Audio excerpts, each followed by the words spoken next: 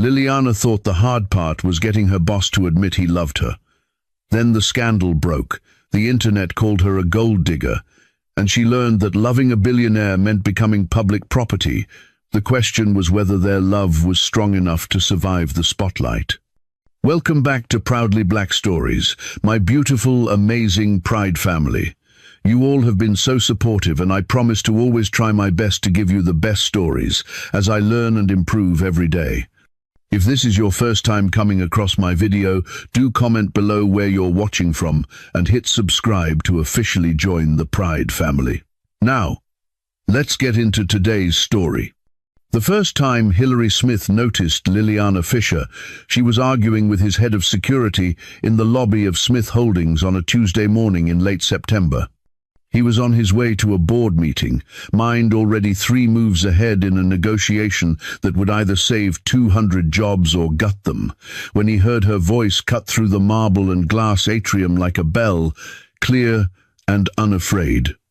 I understand you have protocols, but I'm telling you, I have an interview scheduled for 9 o'clock, and it's 8:57, so unless you want to explain to whoever hired me why I'm late, I suggest you make a call. Hillary paused, half hidden behind a column, watching. She was young, mid-20s maybe, in a navy suit that was trying very hard to look expensive, but wasn't quite succeeding. Her dark hair was pulled back in a bun that had already started to rebel, wisps curling at her temples. She held a worn leather portfolio against her chest like armor, chin lifted, spine straight. The security guard, Marcus, a former Marine who didn't rattle easily, looked genuinely flustered. Hillary stepped forward. "Marcus, is there a problem?" Both of them turned. The woman's eyes, dark brown and currently flashing with irritation, met his, and something uncomfortable twisted in his chest. He ignored it. Marcus straightened. "Mr. Smith, sir, this young woman says she has an interview, but she's not in the system." "Fisher," the woman said, looking directly at Hillary. "Liliana Fisher. 9 o'clock with," she glanced at her phone, "Jennifer Kowalski in Human Resources." Hillary pulled out his phone, scanned his calendar. Jennifer had forwarded him the interview schedule last week. He'd approved it without much attention. Executive assistant position, replacing the woman who'd left for Boston. There, Fisher, Liliana, 9 o'clock. He showed the screen to Marcus. "She's cleared. Send her up." Marcus nodded, apologetic. Liliana exhaled, some of the fight leaving her shoulders. She looked at Hillary. Really looked, and he watched the moment she registered who he was. Her eyes widened slightly, color creeping up her neck. "Thank you," she said, and her voice had changed, softened. He hated it. "Don't thank me," he said, already moving toward the elevator. "Just don't be late." He felt her watching him as he walked away. He didn't look back. 3 hours later, Jennifer knocked on his office door. Hillary was on his 4th coffee, reviewing contracts, when she entered. "The Fisher interview," Jennifer said, sitting without being asked, which was why he liked her. "She's good, incredibly good. Double major, communications and business, from Butler. Interned at Lilly, worked at a startup that folded, freelanced for a year. She's sharp, organized, and she doesn't take any nonsense." Hillary didn't look up. "Then hire her. There's a problem." Now he looked up. "What kind of problem?" "She's 24 and she's—" Jennifer paused, choosing words carefully. "Striking. You know how the board gets about optics." Hillary set down his pen. "Are you seriously telling me we can't hire a qualified candidate because she's young and attractive?" "I'm telling you I want to hire her, but I need you to be aware. Especially with Claudette's lawyers still circling." The mention of his ex-wife's name made his jaw tighten. The divorce had been finalized for 3 years, but Claudette treated it like an ongoing war she was determined to win. "Hire her," Hillary said flatly. "Anyone who has a problem with it can discuss it with me directly." Jennifer smiled. "That's what I hoped you'd say. She starts Monday." Hillary returned to his contracts, already forgetting the conversation. Or trying to. Liliana's first day began at 7:30 in the morning, which was 30 minutes before she was technically required to arrive, but she'd learned a long time ago that early was on time and on time was late. The office was already buzzing, a hive of ambitious people in expensive suits moving with purpose. She found her desk outside Hillary's office, a sleek modern workspace with 2 monitors and a phone system that looked like it could launch satellites. Jennifer appeared with coffee. He gets in at 8, leaves around 7, sometimes later. He takes his coffee black, no sugar, and he'll forget to eat lunch if you don't remind him. He's curt, but it's not personal. Don't take it personally. Liliana nodded, memorizing. What else? His daughter, Sloane, she's 16, she'll call sometimes. Always put her through. His ex-wife, Claudette, she'll also call. Use your judgment, but generally, make him unavailable.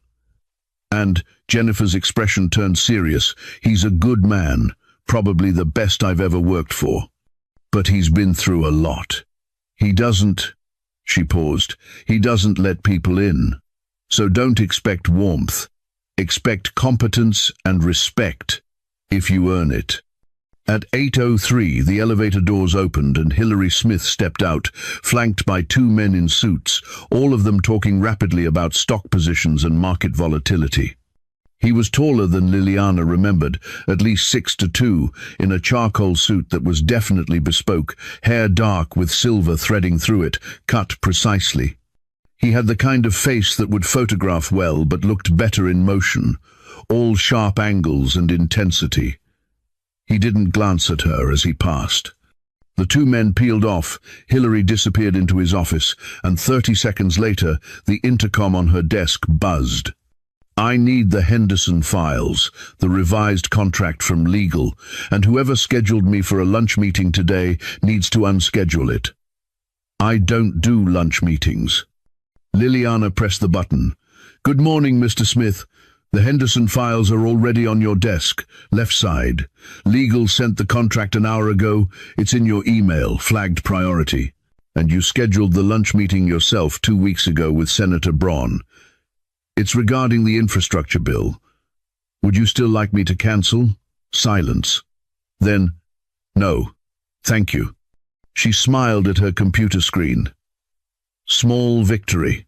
By the end of week 1, Liliana had reorganized his filing system, rescheduled 3 conflicts Jennifer had missed, and solved a catering crisis for a board dinner by personally driving to Café Patachu and charming the manager into a same-day order.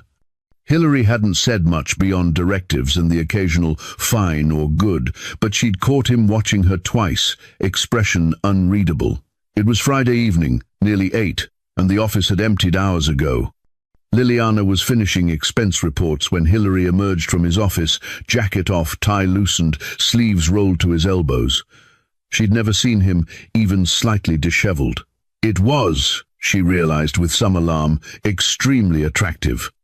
You're still here, he said, and it wasn't quite a question.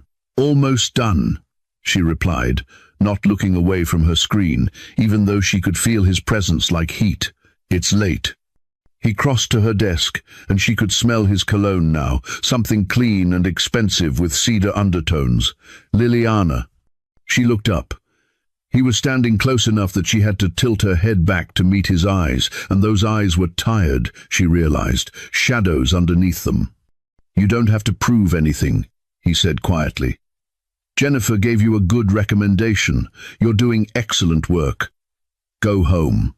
It was the most words he'd strung together to her all week, and the gentleness in them caught her off guard. Are you going home? She asked. His mouth twitched, almost a smile. No. Then respectfully, sir, neither am I. You have the Wexler presentation Monday, and half the graphics are wrong. I'd like to fix them. He studied her, something shifting in his expression. It's Hillary, not sir. And the graphics are wrong. How? She turned her monitor so he could see. The market projection data, it's displaying last quarter's numbers, not this quarter's. And the font. She hesitated. What about the font? It's, she searched for diplomatic phrasing, not ideal for readability. You think my presentations have bad fonts? I think whoever designed this template in 2008 didn't anticipate modern display resolutions. Now he did smile, just barely, a ghost of amusement. Fix it. I'll order dinner. Do you eat Thai? She blinked. Yes? Good. There's a place on Mass Ave that delivers. Spring rolls? Please. He pulled out his phone, placed an order from memory, then did something that surprised her. He dragged a chair from a nearby desk and sat down next to her. Show me what you're thinking. They worked for 2 hours, side by side, and Liliana tried very hard not to notice how good he smelled, or how his voice dropped lower when he was focused, or the way his hands moved when he explained complex financial concepts, elegant and sure. He was brilliant, that was obvious, but he was also patient, listening to her suggestions, considering them, implementing half, and good-naturedly debating the other half. The Thai food arrived. They ate at her desk, containers spread between them, and somehow the conversation drifted from work to Indianapolis, how she'd grown up here, loved it despite its flaws, wanted to see it grow. He told her about building Smith Holdings from the ground up, the mistakes he'd made, the risks that paid off, and the ones that didn't. Why an executive assistant? He asked, setting down his chopsticks, looking at her with genuine curiosity. You have a business degree. You could be doing a lot of things. She shrugged. Well, one doesn't just get up one morning and start up a business without financial backing. Plus, I wanted to learn a few things from someone who... She paused, suddenly self-conscious. What? Nothing really, though. I mean, I just wanted to experience what the business world feels like, the ups and downs, before getting into any. He held her gaze, and the air between them shifted, charged. Liliana felt her pulse quicken. Hillary stood abruptly. It's late. I'll have Marcus walk you to your car. The moment broke. She nodded, gathering her things, confused by the sudden distance. Liliana, he said as she reached for her coat. She turned. He was silhouetted against his office windows, the Indianapolis skyline glittering behind him. Thank you. For tonight. For the work. Of course, she managed. Have a good weekend. She left, and she didn't see the way he stood there for 10 minutes after, staring at nothing, jaw tight. The trees along Meridian Street turned gold and crimson, then bare.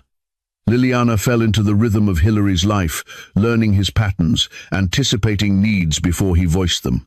She learned he was left-handed, that he tapped his pen 3 times against his desk when he was thinking, that he took calls from his daughter, no matter what meeting he was in, that he had a scar on his right hand he never explained.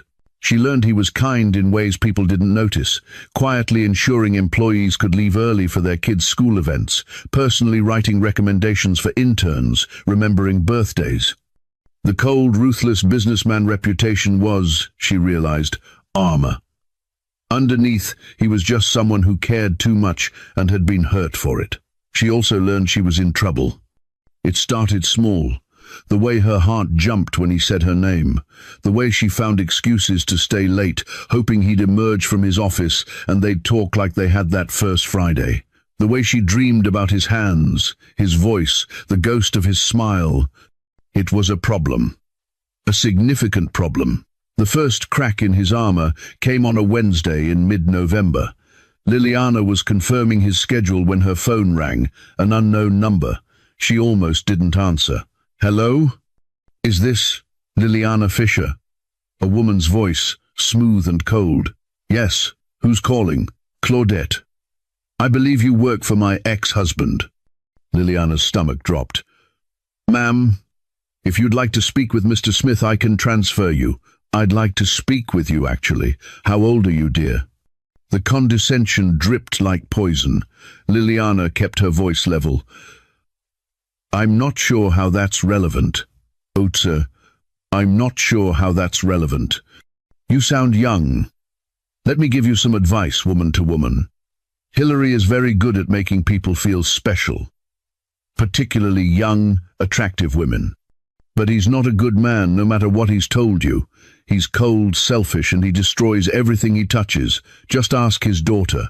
I think you should speak with Mr. Smith directly about whatever concerns you have. Oh, I will. I just wanted you to know what you're walking into. When he discards you, and he will, don't say you weren't warned. The line went dead. Liliana sat there, shaking with anger, with something else she couldn't name. Hillary's door opened. Liliana, did Senator Braun's office call back about? He stopped, seeing her face. What happened? Nothing, she said too quickly. He closed the distance between them in 3 strides. That's not nothing. You're upset. It's personal, I shouldn't. I'm going to stand right here until you decide to talk. His voice was quiet, but there was steel underneath. She hesitated then. Your ex-wife, she called me. Every line of his body went rigid. What did she say? It doesn't matter. Liliana. He crouched beside her chair, so they were eye level, and the gentleness in the gesture made her throat tight. What did she say? That you're not a good man, that you'll hurt me, that I should. She stopped. His jaw clenched. I'm sorry. She had no right to contact you. I'll handle it. Is it true? The question escaped before she could stop it. Are you? She fumbled for words. Do you do this a lot? With assistance? He looked like she'd struck him. Of course not. He ran a hand through his hair, frustration evident. I've had 4 executive assistants in 20 years. One is now my CFO, one retired, one moved to Boston for her husband's job, and now you. There's no pattern of... He stopped, seeming to realize something. Why would you even... He stood abruptly, putting distance between them. She's trying to get in your head. Don't let her. Why does she hate you so much? The question hung there. Hillary walked to the windows, hands in his pockets, shoulders tight. Because I stopped loving her, he said finally, not turning around. Or maybe because I never did. Not the way she wanted. Our marriage was, he paused, searching for words, a merger, 2 powerful families, good optics, mutual benefit. We were friends, or I thought we were. Then Sloane came. And for a while, that was enough. But Claudette wanted something I couldn't give her. Passion. Romance. The kind of love that consumes people. He turned, met Liliana's eyes. I'm not built for that. She resented it, resented me. By the time we divorced, we were strangers who shared a daughter and a lawyer. Liliana's heart ached. You love Sloane, more than anything. Then you're built for love. You just haven't found the right person to give it to. The words escaped before she could call them back. Hillary stared at her, something raw and unguarded flickering across his face. The air between them crackled. Liliana, he said, and her name sounded different in his mouth, rougher. You should go home. It's 2 in the afternoon. I know. Go anyway. Take the rest of the day. I need... He stopped. Just go. She gathered her things, hurt and confused, and she didn't see the way he gripped the edge of his desk after she left, knuckles white, breathing like he'd run a mile. That night, at 11, her phone buzzed. A text from an unknown number. This is Hillary. I'm sorry about today, you didn't deserve that. Also, I don't actually have your number in my personal phone, just your work extension, which feels like an oversight. If you're not comfortable with me having it, I understand. I can forget it. She stared at the message. He'd clearly gotten her number from HR. The fact that he was asking permission after the fact was oddly endearing. She saved his contact, typed back, "It's fine. Are you okay?" 3 dots appeared, disappeared, appeared again. No. But that's not your problem to solve. What if I want it to be? This time the pause was longer. You shouldn't. Good thing I'm bad at doing what I should. Liliana. Hillary. This is a bad idea. What is? Whatever this is. Her heart hammered. I'm not sure what you mean. Yes, you are. She stared at her phone, pulse racing. He was right. She knew exactly what he meant. The tension that had been building for weeks, the way they orbited each other, careful not to touch, terrified of what would happen if they did. "So what do we do?" she typed. "We don't. We keep this professional. We maintain boundaries. We pretend we don't feel it." The dots appeared and disappeared 3 times. Then, yes. She should have agreed. Should have been relieved. Instead, she felt hollow. Okay. Good night, Hillary. Good night. She didn't sleep. She doubted he did either. The next 2 weeks were exquisite torture. They were unfailingly polite, scrupulously professional. He didn't stay late. She didn't linger. They didn't text. But the tension coiled tighter. A spring wound too far, waiting to snap. Then Sloane showed up. It was a Thursday afternoon, and Liliana was alone in the office, everyone else at an off-site meeting. She was fielding calls when the elevator opened and a teenage girl stepped out, tall and lanky, with Hillary's dark hair and sharp cheekbones, wearing ripped jeans and a leather jacket. "You must be Liliana," the girl said, dropping into a chair across from Liliana's desk. "I'm Sloane. Dad around?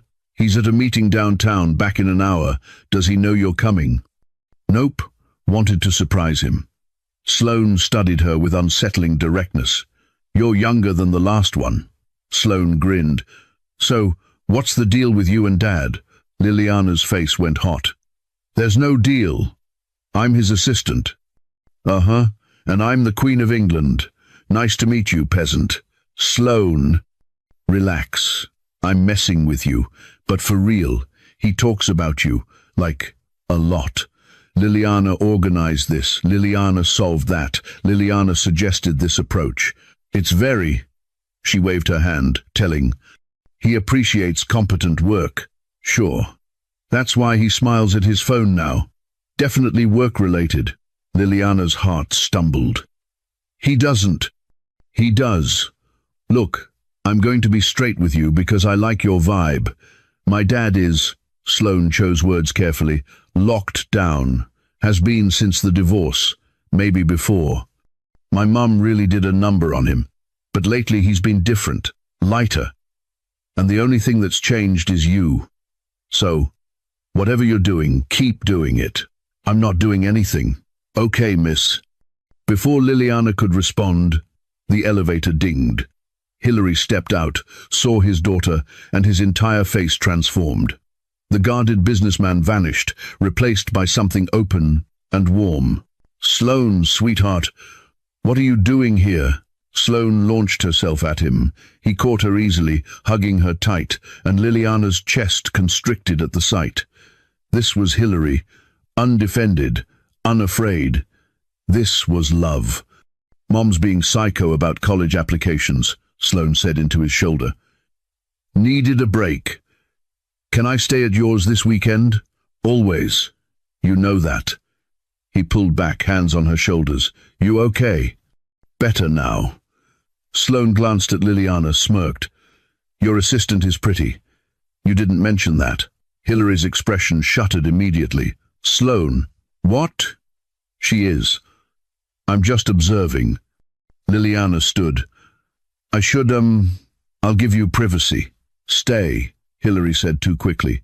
Then more measured, "You don't have to leave. Sloane, this is Liliana Fisher. Liliana, my daughter, who has no filter." "Genetic trait," Sloane said cheerfully, extending a hand. "Nice to officially meet you."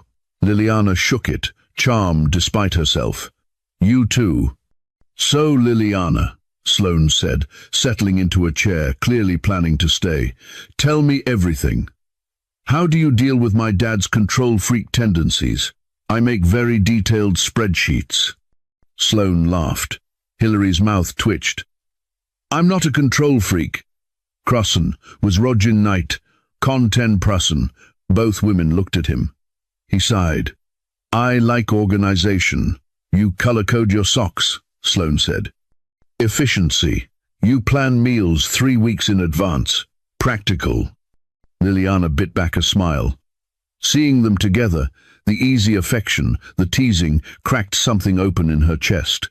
This was what he protected so fiercely. This relationship, this love, everything else, the coldness, the control, it was all in service of this. She understood him better now, and it made her fall harder. They ordered pizza, the three of them, and spent the evening in Hillary's office, Sloane regaling them with stories about her nightmare debate team rival, her girlfriend's disastrous attempt at making vegan lasagna, her mother's increasingly unhinged demands. Hillary listened, asked questions, gave advice when prompted, and mostly just made his daughter feel heard. At 9, Sloane yawned. "I'm crashing. Your couch, or are we going home?" "Home," Hillary said. "I need to finish a few things, 20 minutes, then we'll go." Sloane looked between them, something knowing in her expression. "Take your time. I'll wait in the lobby. Nice meeting you, Liliana. Seriously, I approve." "Approve of what?" Hillary asked sharply. "Her competent work, Dad. Relax." Sloane winked at Liliana and left. Silence. Hillary rubbed his face. "I apologize for my daughter. No, I like her. She's wonderful. Of course you'd say that." "Honestly, Hillary, I love me some father-daughter relationship. It's so cute to see." He looked at Liliana then, and the weight of his attention made her breath catch. "What did she say to you?" "Before I arrived, that you seem happier lately." "I am." The admission seemed to surprise him. "I don't know why." "Liar," Liliana thought. "You know exactly why, but she didn't say it. Instead, you should go. She needs you." "I know." He didn't move. "Liliana." "Just go, Hillary," she said softly. "Don't say whatever you're about to say. Not tonight." He swallowed hard, nodded, grabbed his coat and briefcase, paused at the door. "For what it's worth," he said, not looking at her. "I'm not good at this. Feeling—" He stopped. "Good night." He left. Liliana stood in his empty office, surrounded by the faint scent of his cologne, and pressed her hand to her chest, where her heart was trying to break through. December arrived with snow and office holiday parties. The firm's annual gala was scheduled for the 15th, a black tie event at the Indianapolis Museum of Art. Jennifer mentioned it casually one Monday morning. "You're expected to attend," she told Liliana. "All senior staff and their assistants. Open bar, decent food, forced mingling. Wear something nice." Liliana panicked. She didn't own anything gala appropriate. Her nicest dress was a knee-length black number she'd worn to a cousin's wedding. Jennifer, sensing distress, took her shopping, insisting she expense half of it as a professional development cost. They found a dress at a boutique in Broad Ripple, midnight blue silk that draped like water, elegant and simple, with a back that dipped lower than Liliana usually wore. Jennifer whistled. "He's going to swallow his tongue. That's not why I'm buying it." "Sure, honey. Keep telling yourself that." The night of the gala, Liliana almost called in sick. But cowardice had never been her style, so she put on the blue dress, swept her hair up, applied more makeup than usual, and called a lift. The museum was transformed, all soft lighting and winter florals, a string quartet playing near the entrance. Liliana accepted a glass of champagne from a passing waiter and immediately felt out of her depth. Everyone looked expensive, established, comfortable in this world of wealth and influence. She was scanning for a familiar face when she felt it, the prickle of awareness that meant he was nearby. She turned. Hillary stood across the room in a tuxedo that fit him like a weapon, talking to a silver-haired man she recognized as the mayor. But he wasn't looking at the mayor. He was looking at her, and the expression on his face made her forget how to breathe. He excused himself, crossed the room with deliberate slowness, and Liliana felt every eye track his movement. When he reached her, he didn't speak immediately, just looked at her like he was memorizing her. "You look—" He stopped, jaw tight. "You should know, that dress is—" "What?" she asked, when he didn't continue. His voice dropped rough and low, meant only for her. "Adorable." Heat flooded through her. "It's just a dress." "Yes, an adorable dress." His eyes traced the neckline, the way the silk clung, and when he met her gaze again, there was hunger there, barely leashed. "Dance with me. Hillary, please." It wasn't a request. It was surrender. She let him lead her to the floor, where couples were swaying to something slow and classical. His hand settled at the small of her back, right where the fabric stopped, skin against skin, and she felt him inhale sharply. "This dress," he murmured, pulling her closer, "is going to kill me." That would be inconvenient. His thumb traced small circles on her spine, and she shivered. They moved together, closer than was strictly professional, and Liliana gave up pretending this was anything other than what it was, wanting, longing, the inevitable gravity of two people trying not to fall. "I can't stop thinking about you," Hilary said, so quietly she almost missed it. "I've tried. God knows I've tried. But every morning I walk into that office and you're there, smiling, competent, brilliant, and I—" He stopped, conflict written across his face. "This is inappropriate. I know. You work for me. I know. You're 24. I'm aware. I'm 46. I can do math." His hand tightened on her waist. "This can't happen." "Okay. I mean it, Liliana. I believe you. Then why are you looking at me like that?" "Like what?" His eyes dropped to her mouth. "Like you want me to stop being noble." Her breath hitched. "Maybe I do." He made a sound low in his throat, pained and wanting.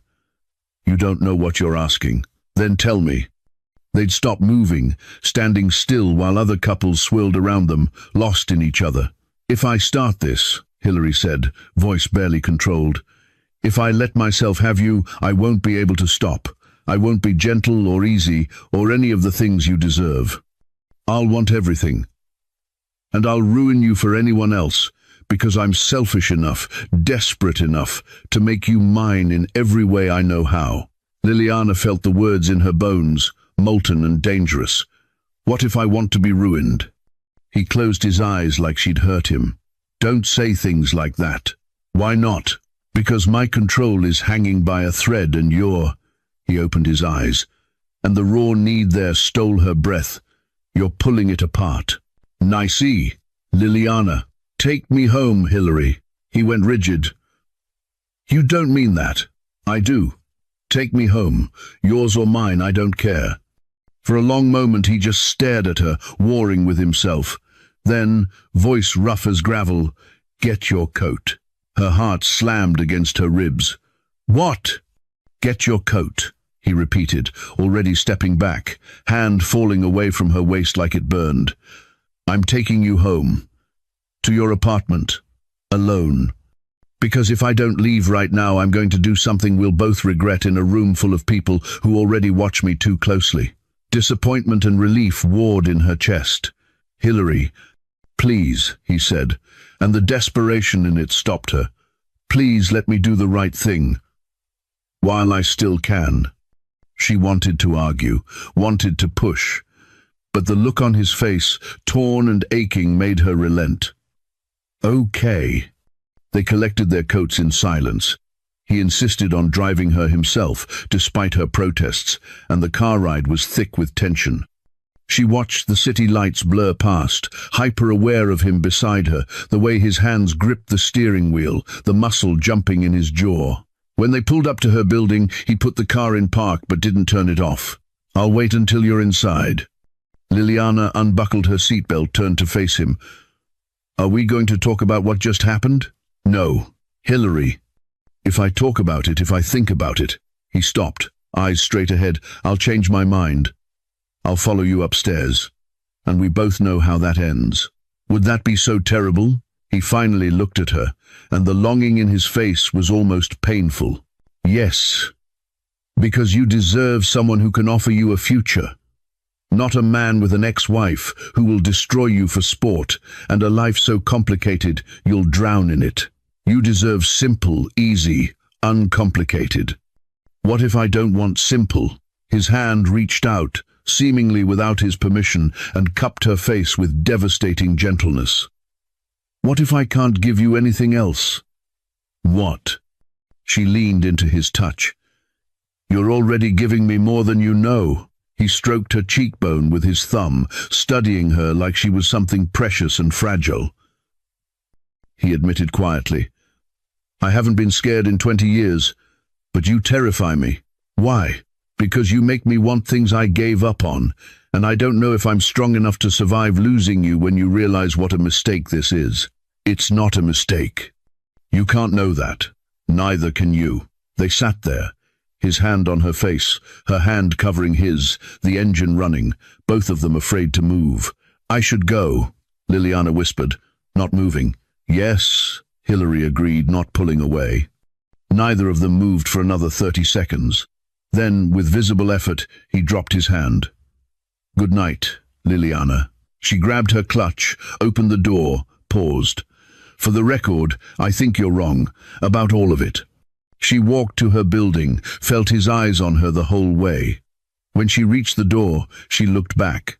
He was still there, watching, hands gripping the steering wheel like it was the only thing keeping him in place. She went inside. He didn't drive away for another 5 minutes. The week before Christmas, Jennifer dropped a folder on Liliana's desk. Chicago Conference, 20th through the 22nd. Hillary's giving the keynote, meeting with investors. I usually go, but my daughter's flying in from Seattle. Can you handle it? Liliana's pulse jumped. Of course. Separate hotel rooms, same floor. Don't let him skip meals or sleep less than 4 hours. He gets intense at these things. Understood. Jennifer paused, gave her a long look. Be careful. Of what? You know what. The 20th arrived cold and clear. They took a private car to the airport, a chartered flight to O'Hare, another car to the Peninsula Hotel. Liliana had been on business trips before, but never like this. Never staying somewhere so expensive the lobby made her want to whisper. Their rooms were across the hall from each other, suites with lake views and marble bathrooms.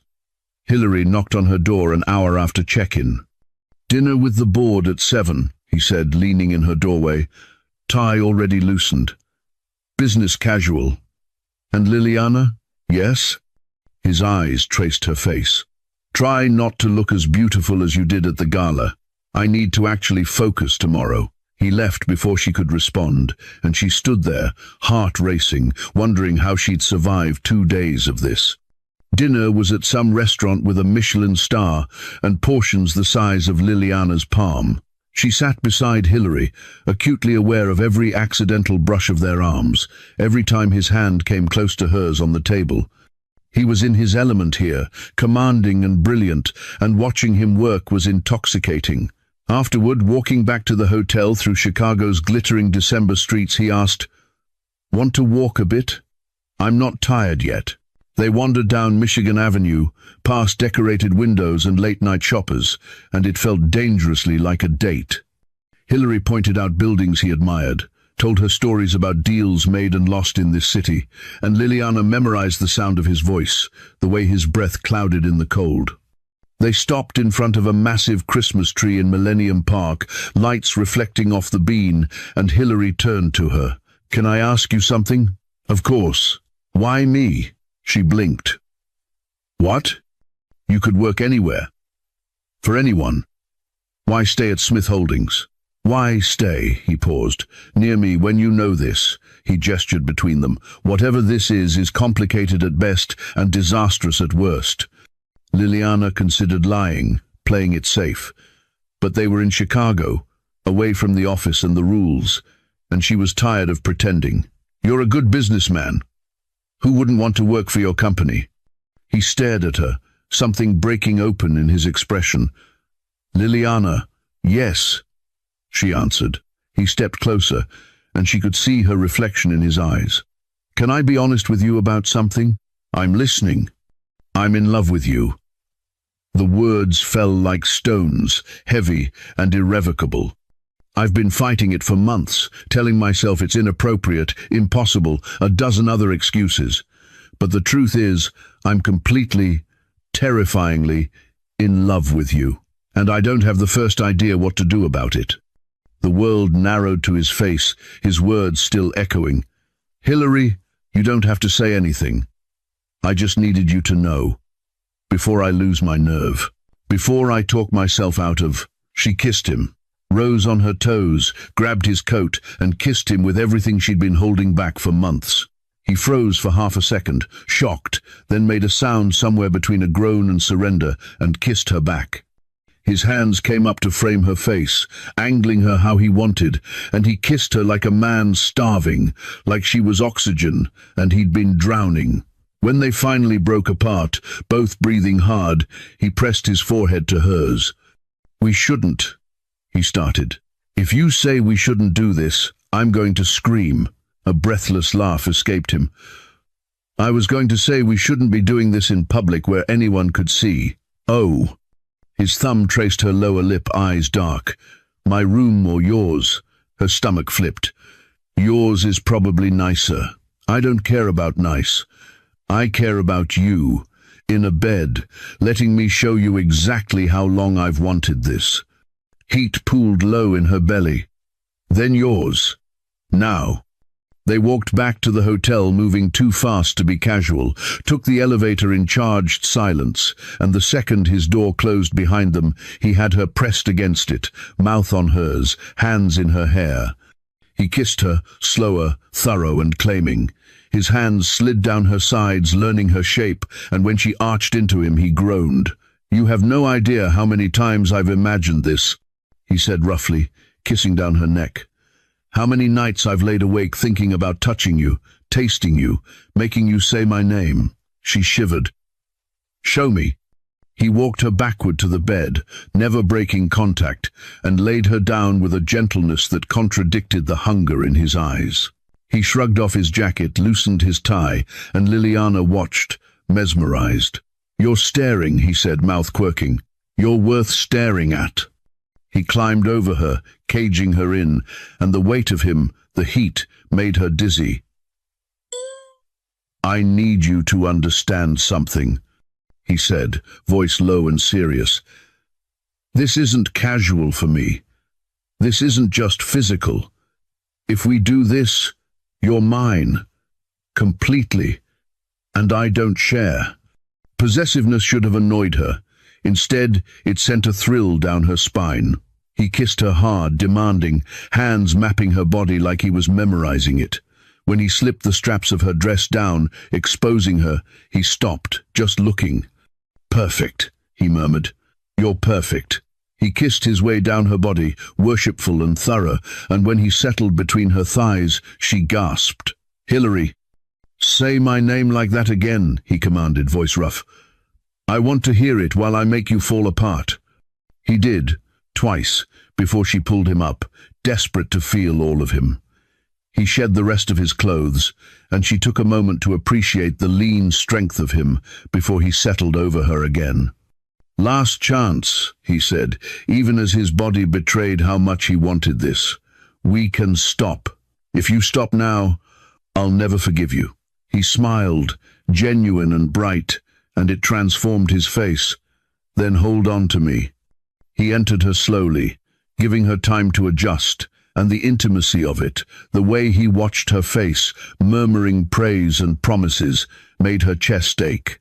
When he was fully inside, he stilled. "Okay?" he asked, and she loved him for checking. More than okay. He started to move, setting a rhythm that built slowly, perfectly, and Liliana wrapped herself around him, holding on like he'd asked. The tension coiled tighter, and when she shattered, his name a prayer on her lips, he followed moments later, face buried in her neck, her name breaking from him like a confession. After tangled together, he traced idle patterns on her shoulder. "I meant what I said earlier," he murmured. "I love you." Liliana turned to face him, saw the vulnerability there. "I love you too. I have for a while now." He kissed her forehead, soft and reverent. "What are we going to do? Figure it out. Together. It's going to be complicated. I know. Claudette will make our lives hell. Let her try." He smiled against her hair. "You're fearless. Only when it comes to you." They fell asleep like that, wrapped around each other, and for the first time in years, Hillary slept through the night, without waking, without nightmares, held by someone who loved him despite everything. The morning after should have been perfect. Liliana woke wrapped in Egyptian cotton sheets that probably cost more than her rent. Hilary's arm heavy across her waist, winter sunlight streaming through floor-to-ceiling windows. She turned in his arms, found him already awake, watching her with an expression she couldn't quite read. "Hi," she whispered, suddenly shy. He brushed hair from her face, thumb tracing her cheekbone. "Hi. Any regrets?" Something flickered in his eyes, there and gone. "No." "You?" "Not even one." He kissed her, slow and thorough, and she felt him hardening against her hip. "We have 2 hours before the keynote," he murmured against her mouth. "I can think of several ways to spend them." She could too, but his phone buzzed on the nightstand, shattering the moment. He glanced at it, jaw tightening. "It's my lawyer. I should—" "Take it," she said, sliding out of bed, wrapping herself in the complimentary robe. "I'll order breakfast." She left him to his call, tried not to listen through the door as his voice shifted into the clipped, controlled tone he used for business. 20 minutes later, he emerged fully dressed, expression carved from stone. "Everything okay?" she asked. "Fine. We should get ready." Long day ahead. The warmth from earlier had vanished. He was polite through breakfast, professional during the keynote, attentive but distant at the investor meetings. By the time they boarded the flight home that evening, Liliana's stomach was twisted in knots. "Hilary, did I do something wrong?" He didn't look up from his laptop. "Of course not. Why would you think that?" "Because you've barely looked at me since this morning. I'm working." "Look at me," she demanded. Now he did look at her, expression unreadable. "We'll talk when we're back in Indianapolis. Not here." The flight felt endless. The car ride from the airport worse. When they pulled up to her apartment building, she expected him to say something, anything. Instead, "Get some rest. See you Monday." She stared at him, hurt blooming. "That's it? Liliana." "No, seriously, that's it? We spend the night together, you tell me you love me, and now you're dropping me off like I'm a colleague you gave a ride to?" His hands tightened on the steering wheel. "I'm trying to do the right thing." "Which is what?"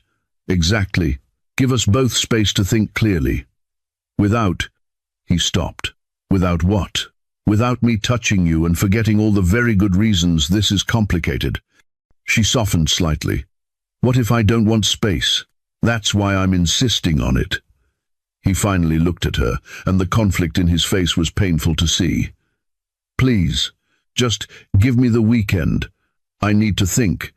She grabbed her bag, pride stinging. "Fine. Think all you want."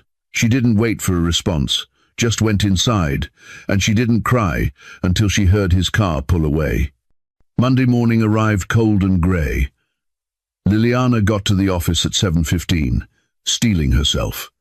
Hilary arrived at 8 exactly, nodded at her in passing, and disappeared into his office. No smile, no warmth, nothing. By Tuesday, she was ready to scream. He was unfailingly polite, utterly professional, and completely unreachable. No lingering glances, no private moments. Every interaction was brief, transactional, bloodless. It was like Chicago never happened. Wednesday, she tried to catch him between meetings. He claimed he had a call. Thursday, she brought him coffee the way he liked it. He thanked her without looking up. Friday evening, after everyone else had left, she'd had enough. She walked into his office without knocking, closed the door behind her. "We're going to talk about what happened." Hilary didn't look away from his computer screen. "There's nothing to talk about." "Like hell there isn't." "Liliana, no. You don't get to shut me out. Not after everything." He finally met her eyes, and his expression was so carefully blank it hurt. "It was a mistake. We got caught up in the moment. It won't happen again." The words hit like a slap. "A mistake." "Yes. I'm your employer. You're 24. It was inappropriate, and I apologize." Anger flooded through her, hot and sharp. "Don't you dare reduce what happened to inappropriate. You felt it too. I know you did." He stood, and she saw tension in every line of his body. "What I feel is irrelevant. This puts you at risk. It puts my daughter at risk. It puts everything I've built at risk.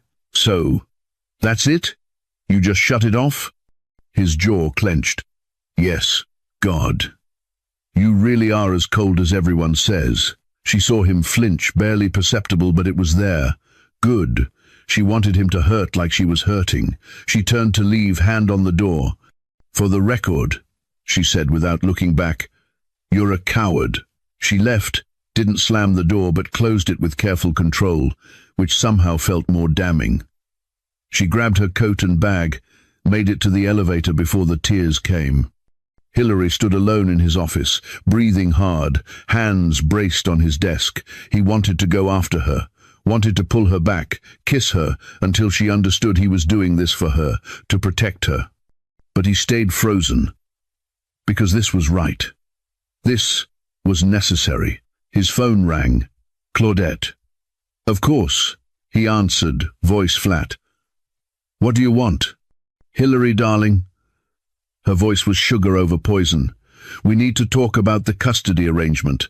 I've been hearing concerning things about your judgment lately." His blood went cold. "What are you talking about?" "Just rumors. But you know how people talk. A man your age, a pretty young employee, questions about appropriateness.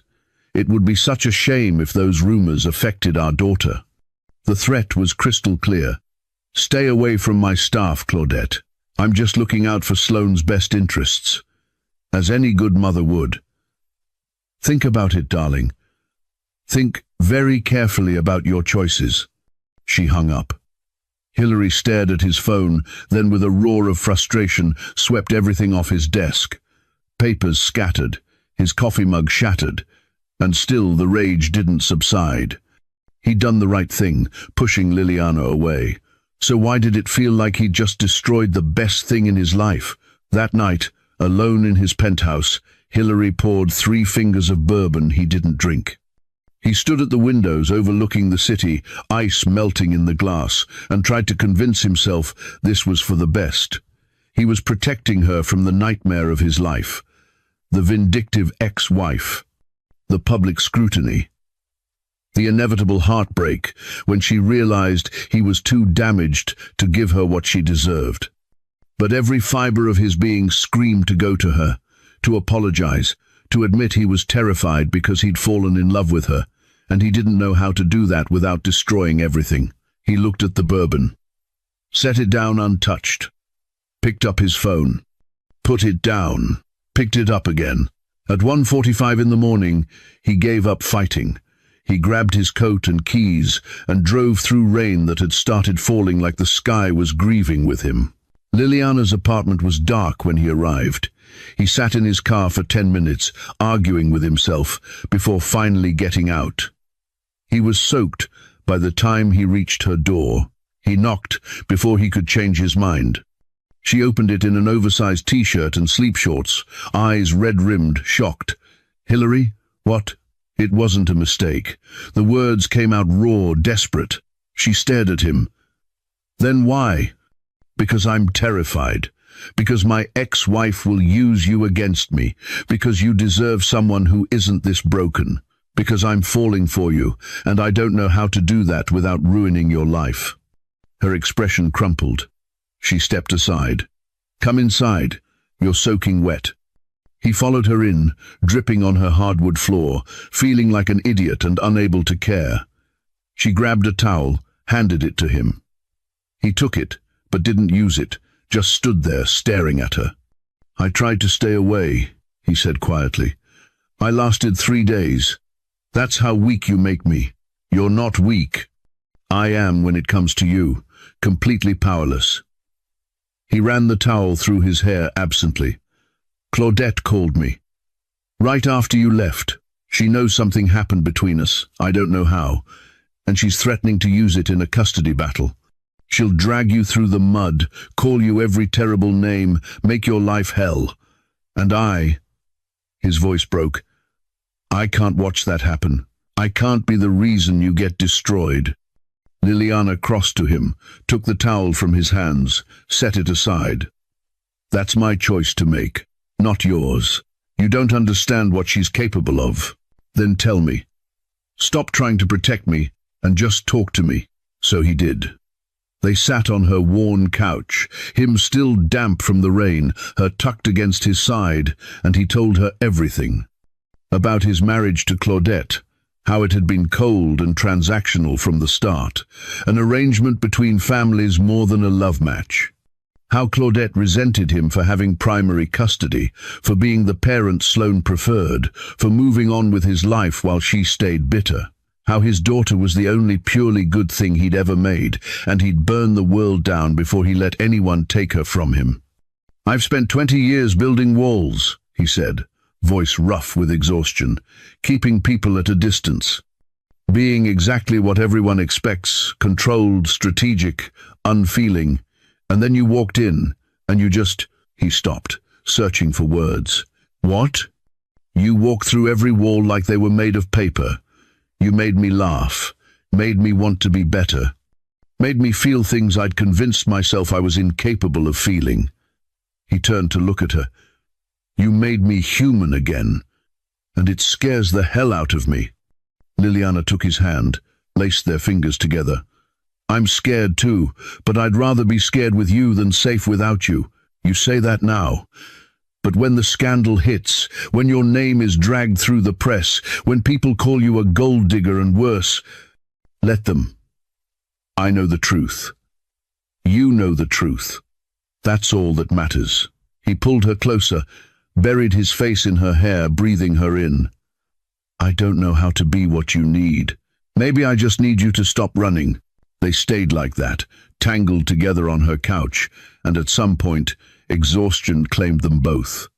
Hilary woke hours later, disoriented, to find early morning light filtering through her windows and Liliana asleep against his chest, her hand fisted in his shirt like she was afraid he'd disappear. He pressed a kiss to her forehead, careful not to wake her, and let himself have this moment, this peace, this feeling of home he hadn't known in decades. When she stirred awake, she smiled at him, sleepy and soft. "You stayed. I stayed." She stretched, cat-like, and the movement made her shirt ride up, exposing skin. Hilary's hands found her waist, seemingly of their own accord. "I should go," he murmured, even as he pulled her onto his lap. "Let you get ready for..." He paused, remembering. "It's Saturday." "It is." Her fingers threaded through his hair. "No work, no obligations, just us." His hands slid up her back, learning the curve of her spine. "Liliana, I'm trying to be good. I don't want good." She kissed him, slow and deliberate. "I want real." He groaned against her mouth. "You're making this very difficult." "That's the idea." She rolled her hips, felt him harden beneath her, smiled at his sharp intake of breath. "Still want to leave?" He flipped them in one smooth motion, pinning her beneath him on the couch. "You're playing with fire. Then burn me." His control shattered. He kissed her like he was drowning and she was air, hands mapping her body with desperate thoroughness. When he slipped his hand beneath her shirt, found bare skin, she arched into him. He breathed against her neck. "Don't you think we should slow down?" "No. Liliana, I want you. I want this. Stop trying to protect me from my own choices." He pulled back enough to look at her, and the love in his eyes made her chest ache. "If I start, I'm not stopping. Not for hours. Maybe days. Promise?" He made love to her right there on her couch, then carried her to her bed and did it again, slower, learning what made her gasp his name, what made her tremble. And when she whispered, "I love you," against his mouth, he stilled completely. "Say it again," he demanded, voice wrecked. "I love you. You're going to destroy me." She smiled, pulling him deeper. "You destroyed me first." For 2 weeks, they were careful. No public displays. Late nights at her apartment or his penthouse, stolen mornings before work. It was fragile and perfect, and both of them knew it couldn't last but pretended otherwise.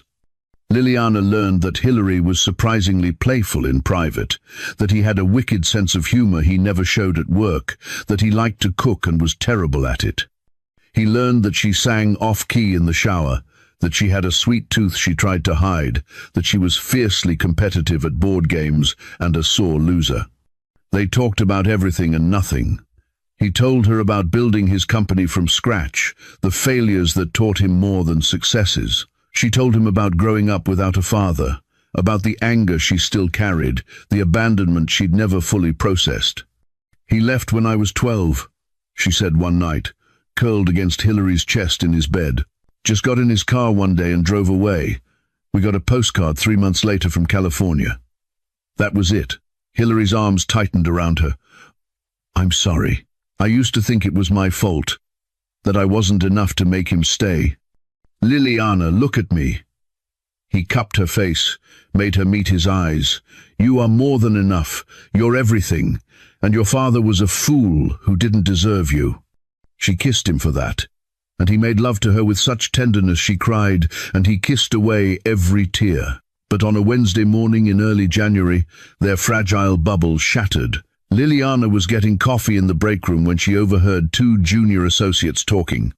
"Did you see the Journal this morning?" "Oh my God, yes. I can't believe, she seems nice, but 22 years older. That's just..." Liliana's blood went cold. She walked calmly back to her desk, opened her laptop, navigated to the Indianapolis Business Journal website. The headline hit like a punch: "Billionaire Hillary Smith's inappropriate office affair." Below it, photos. Her and Hillary outside her apartment building, kissing, his hand in her hair. Her legs wrapped around him against the door frame. Another of them at his penthouse, visible through the windows, bodies intertwined. The article was vicious. It questioned the power dynamic, called her a gold digger, trading sexual favors for career advancement, implied Hillary was having a midlife crisis. It quoted anonymous sources expressing concern about his judgment, his fitness as a parent, his leadership of the company. Liliana's phone exploded. Text messages, emails, social media notifications flooding in so fast her phone froze. She opened Twitter, immediately wished she hadn't. The comments were brutal. She was called every degrading name imaginable. People who didn't know her, had never met her, had opinions about her morals, her intelligence, her worth. Someone had found her college photos, posted them with lewd commentary. Another account had started a thread documenting every outfit she'd worn to work, analyzing whether she was dressing to seduce her boss. She was going to be sick. Hillary appeared in the doorway of his office, face ashen. "Liliana, my office, now." She followed numbly. He closed the door. "Blinds. I'm handling this," he said immediately. "My lawyers are already working on. How did they get those photos?" He hesitated. "I don't know. I'm having it investigated." This was Claudette, wasn't it? He didn't deny it. "Probably. But we don't have proof." Liliana laughed, a hollow sound. "Of course we don't. She's too smart for that."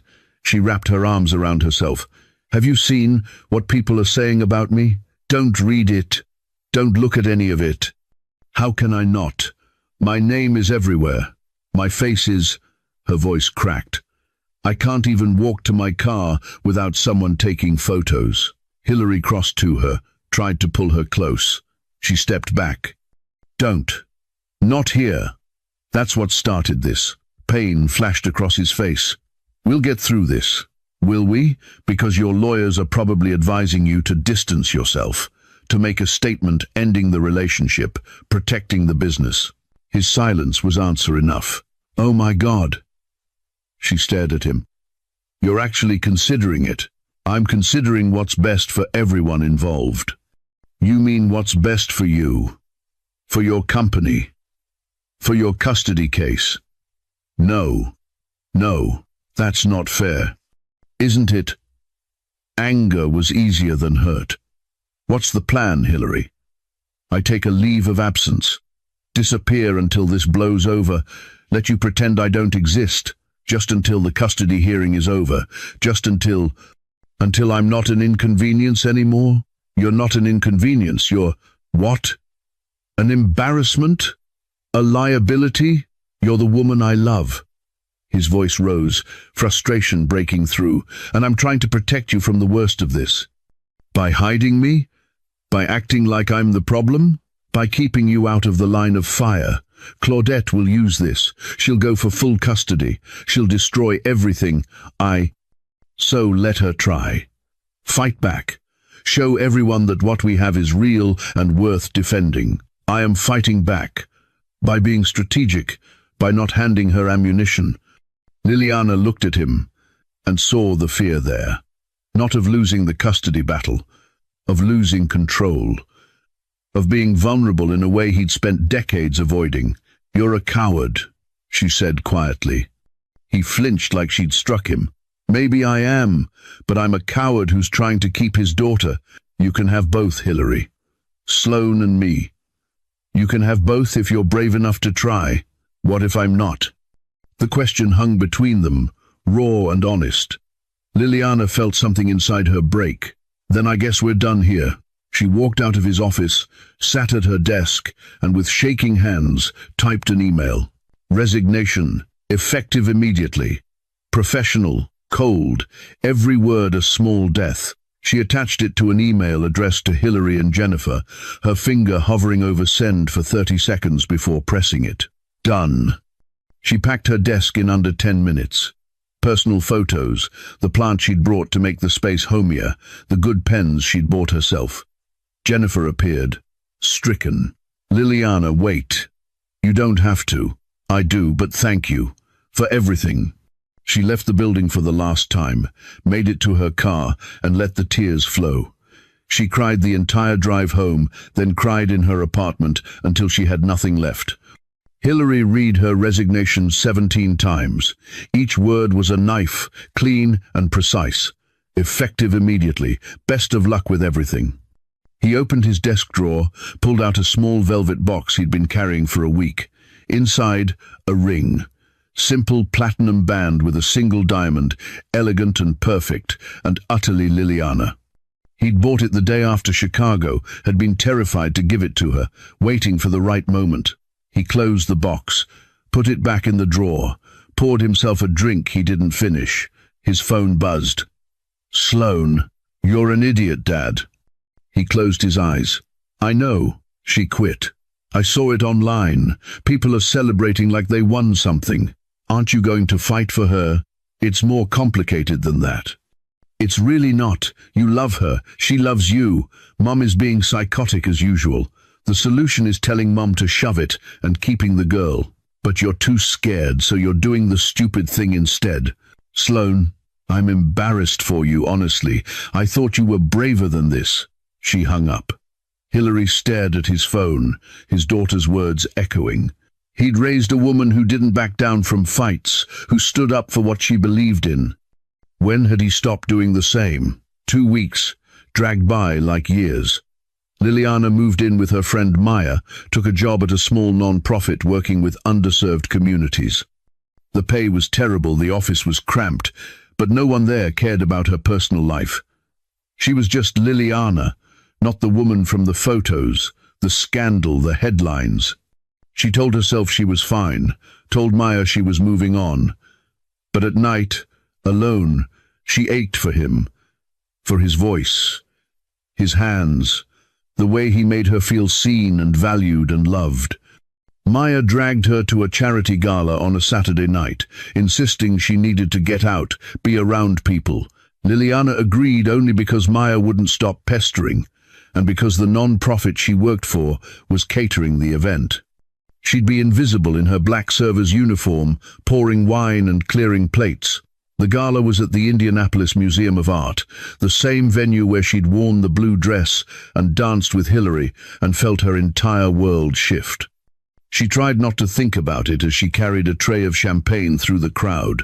Then she saw him. Hillary stood across the room in a tuxedo, surrounded by people, looking absolutely miserable. His face was drawn, shadows under his eyes, and he looked like he'd lost weight. He looked like she felt. Their eyes met, The room fell away. Everything, the music, the chatter, the people, vanished until it was just him, looking at her like she was water and he was dying of thirst. He started moving toward her. Liliana panicked, turned, and fled down a back hallway. She heard footsteps behind her. "Liliana, wait." She spun around. Don't do this." He stopped a few feet away, hands raised like she was a frightened animal. "I need to talk to you. You had 2 weeks to talk. You chose silence. I was wrong. I've been wrong about everything." She laughed bitterly. "Do you have any idea what these weeks have been like? Being called a whore online, losing my job, watching you pretend I didn't exist while the entire city tore me apart?" Pain flooded his face. "I know. I'm sorry. I'm so sorry isn't enough." He stepped closer, desperate now. "Then tell me what is. Tell me how to fix this." "You can't. You made your choice." "My choice was you. It's always been you. I was just too terrified to see it. Another step. I love you. I'm in love with you. And I don't know how to do this, how to be what you need, but I'm willing to learn. I'll do anything. Just please, don't give up on me." His voice broke on the last word. Liliana felt her resolve cracking, felt all the anger and hurt warring with the love that had never actually faded. "You broke me," she whispered. "I know, and I'll spend the rest of my life putting you back together if you let me." She closed the distance, grabbed his lapels, and kissed him. Angry and desperate and forgiving all at once, pouring 2 weeks of agony into it. He kissed back like he was starving, hands framing her face, a sound escaping him that was half groan, half relief. When they broke apart, both breathing hard, her cheeks were wet. "If you hurt me again," she started. "I won't. I swear." He pressed his forehead to hers. "I promise. I'll try every single day not to. I promise I'll fight for you instead of pushing you away. I promise that you're the most important thing in my world, and I was a fool to forget it." She pulled back enough to see his face. "What about Claudette? The custody hearing?" "Let her come. I'm done being afraid of her. I'm done choosing safety over happiness." His thumb traced her cheekbone. "I'm choosing you, always you. The board can accept it or find a new CEO. I don't care anymore. Hillary, I haven't touched another woman since you," he said roughly, backing her against the wall. "Haven't wanted to. You ruined me for anyone else. Let's leave here," she said. She informed Maya, and then left with him. They barely made it to his car. He kissed her against the passenger door, hand sliding up her thigh under her skirt, restraint gone. "I've missed you," he breathed against her mouth. Every minute, every second. The drive to his penthouse was a blur. They stumbled through his door, shedding clothes, and he made love to her, against the wall, on the couch, in his bed, like he was trying to make up for 2 weeks in a single night. And when she shattered in his arms for the 3rd time, his name a sob on her lips, he held her like she was precious. "Never again," he murmured into her hair. "I'm never letting you go again. You better mean that."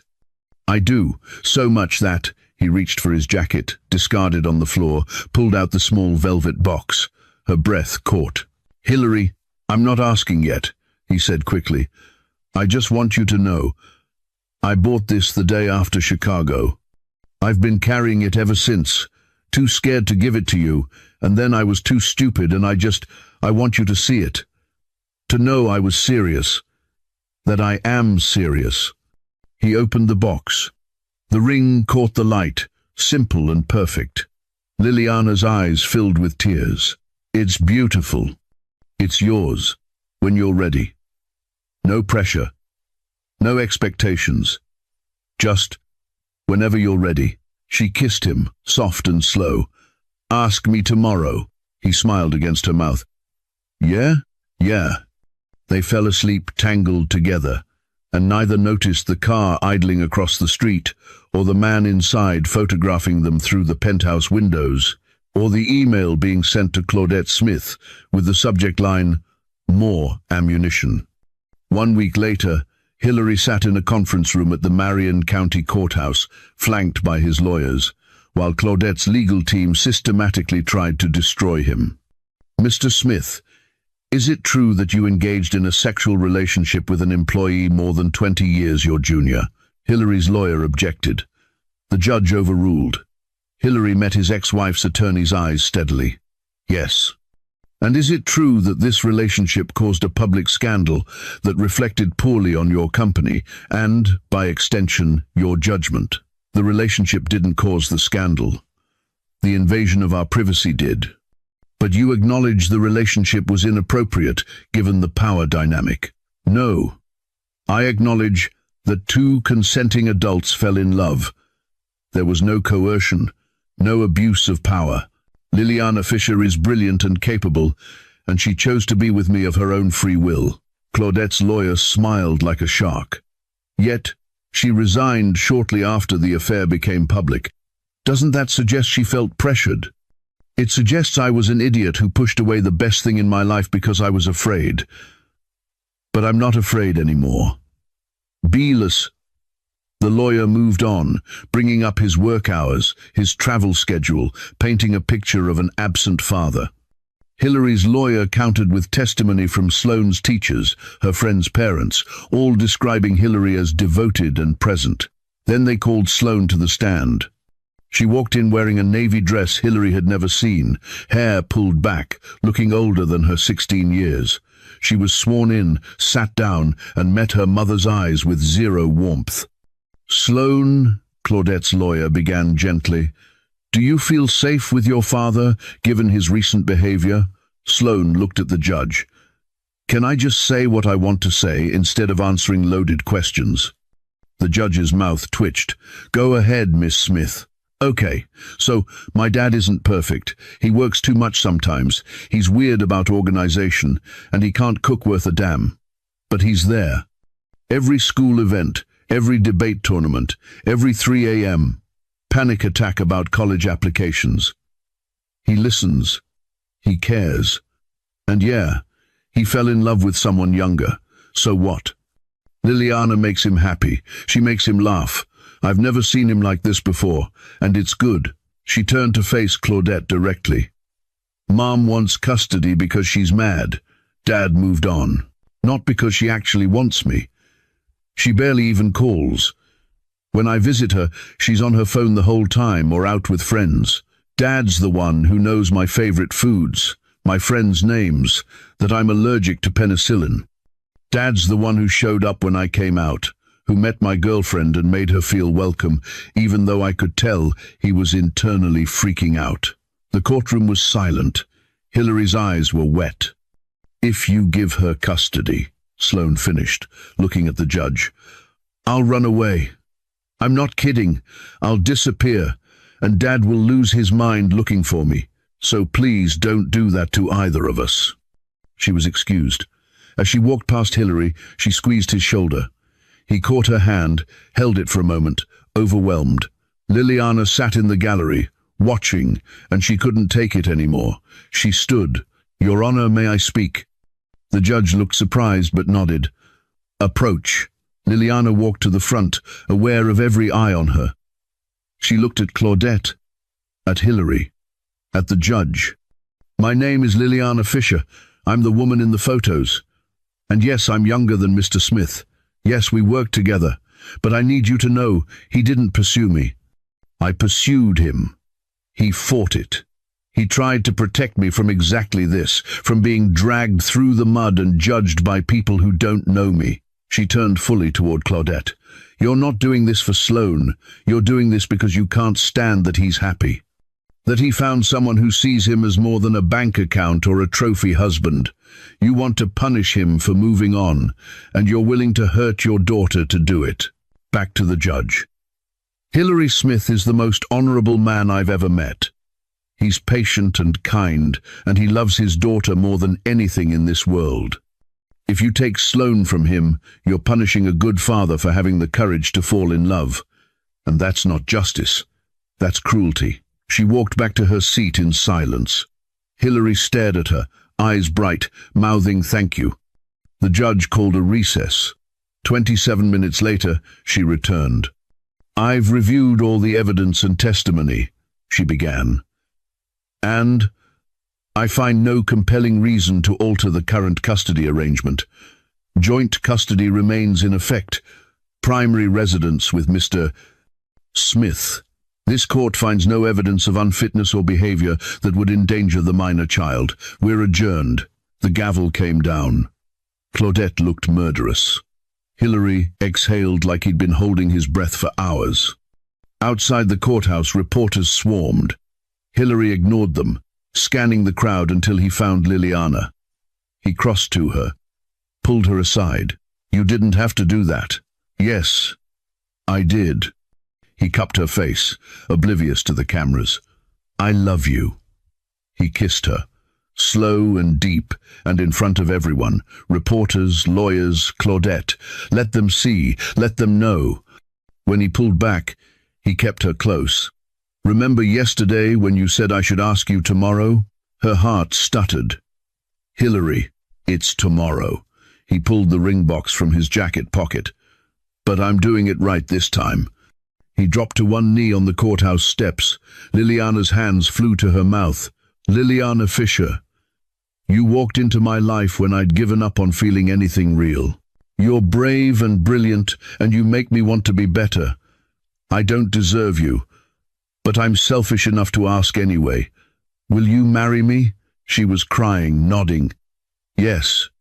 He slid the ring onto her finger with shaking hands, stood, and kissed her while cameras flashed and people applauded. Sloane appeared beside them, filming on her phone. "This is going to make Mom lose her mind," she said cheerfully. Hilary laughed into Liliana's hair. "I know. Don't care. Welcome to the family, Liliana. Sorry you're stuck with us." Liliana pulled her into the embrace. "Best decision I ever made." 6 months later, Liliana woke in a house that still didn't quite feel real.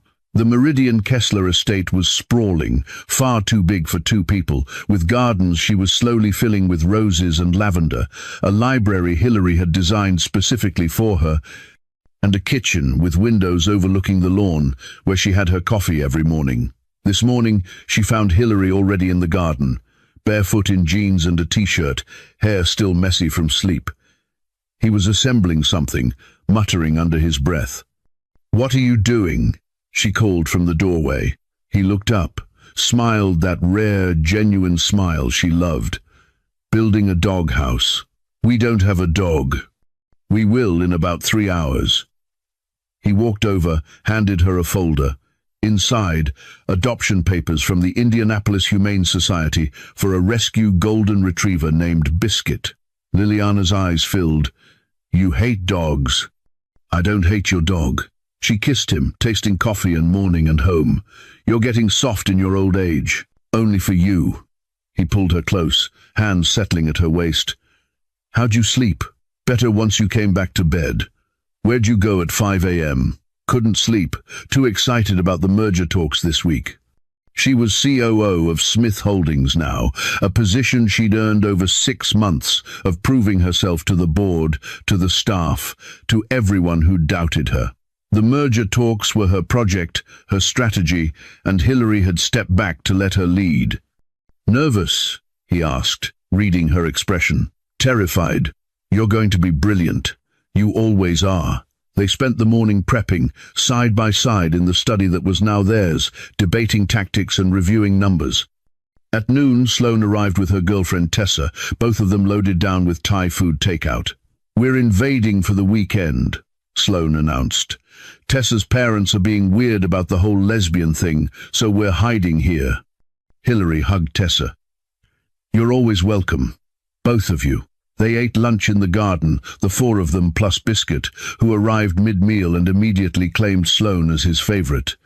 Hilary watched his daughter laugh, watched Liliana tease her about spoiling the dog, watched this family they'd built from broken pieces, and felt something settle in his chest. That evening, after Sloane and Tessa had claimed the guest room and Biscuit had been walked and fed, Hilary found Liliana in their study, still working. "Come to bed," he said from the doorway. 10 more minutes." He crossed to her, spun her chair around, and pulled her onto his lap. Now, she laughed, looping her arms around his neck, demanding, "You love it. I love you." He kissed her, slow and thorough, hands slipping under her shirt. "Bed. Now. I have plans for you." "What kind of plans?" His eyes darkened. "The kind that involve me reminding you exactly who you belong to." Heat pooled low in her belly. "I belong to myself, thank you." "Fine. Then let me remind you who you've chosen to spend your life with." "Better?" I'll tell you after you're done reminding me." He stood, lifting her with him, and carried her toward the stairs. Halfway up, she whispered, "We have guests, who are 17 and deeply uninterested in what we're doing. Still." Liliana. He set her down in their bedroom, closed and locked the door. "I've been thinking about this all day. Thinking about you. So, unless you're actually saying no." "I'm not saying no." He smiled, predatory and loving all at once. "Good." He undressed her slowly, kissing every inch of exposed skin, murmuring praise and promises against her throat, her collarbone, her breasts. When she was bare beneath him, he paused, just looking. "What?" she asked, breathless. "Nothing. Everything. Sometimes I can't believe you're real, that you chose this. Chose me." She pulled him down, kissed him deeply. "Every day. I choose you every day."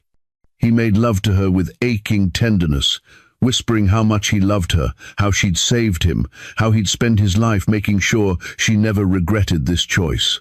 And when they lay tangled together after, both sated and sleepy, he pressed a kiss to her temple. "Do you ever regret it?" he asked quietly. "Choosing this? Choosing me?" She pretended to think about it. "Every day." He froze. She grinned. "I regret that I didn't choose you sooner."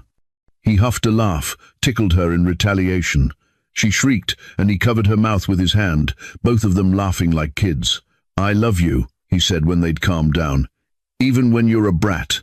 I love you too, even when you're impossible." They fell asleep like that, wrapped around each other, and outside their window the city glittered, full of promise and possibility. The next morning, Sunday, lazy and slow, Hilary found Liliana in the study again, working on something on her laptop. He leaned against the doorframe, just watching her.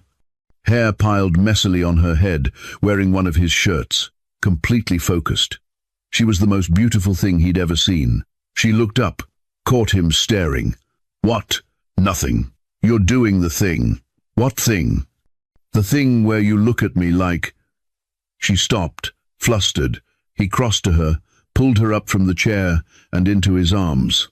"Like I'm completely in love with you? Like you're the best thing that ever happened to me? Like I still can't quite believe you're mine?" "Yeah, that thing. Get used to it. I plan on looking at you like that for the next 60 years. She softened, resting her head against his chest. "Only 60. Fine. 70. Maybe 80 if we're lucky."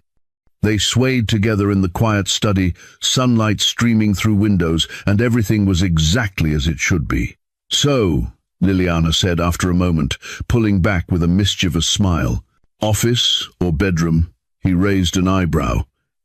"It's 10 a.m. And we have a teenager and her girlfriend downstairs. They're walking the dog. We have at least 30 minutes. His hands slid down to her hips. "You're insatiable. You're complaining?" "Never." He backed her toward the desk. "But just so we're clear, you started this. I started it 6 months ago when I agreed to marry you. You started it a year ago when you walked into my building and argued with security." She laughed, and he swallowed the sound with a kiss, lifting her onto the desk, stepping between her thighs. "You know what I thought that first day?" he murmured against her mouth. "That I was annoying, that you were the most dangerously beautiful thing I'd ever seen, and that I was already in trouble. And now—" He kissed down her neck, hands sliding under her shirt, his shirt. "Now I'm completely ruined, and I wouldn't have it any other way." She pulled him closer, fingers threading through his hair. Then ruin me back. He did, thoroughly and slowly, until they were both breathless and laughing, and completely, perfectly in love. They'd fought so hard not to fall. They'd failed beautifully. And in the end, failing had been the best decision either of them had ever made. The end. If Hillary and Liliana's journey left you breathless, if you found yourself rooting for them through every obstacle, every moment of doubt, every passionate reunion, then you've just experienced the kind of romance that doesn't just entertain, it transforms. This is a story about two people who had every reason to stay apart and every reason to fight for each other. It's about choosing love over fear, vulnerability over control, and partnership over protection. Want more stories like this? Subscribe now to join the Pride family. Also, rate this story from 1 to 10 and comment your favorite moment below. Do take care of yourself. I'll see you in my next story. Lots of love.